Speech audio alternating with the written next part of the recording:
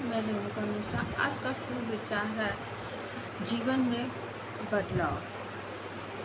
किसी भी दौड़ के लिए दौड़ना जरूरी नहीं है।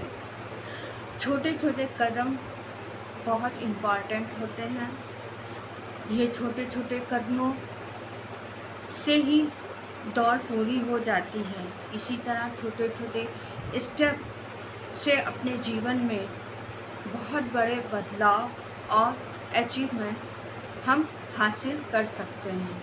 यह है जीवन बदलाव पर छोटे छोटे कदम से हम किस तरीके से सफलता हासिल कर सकते हैं।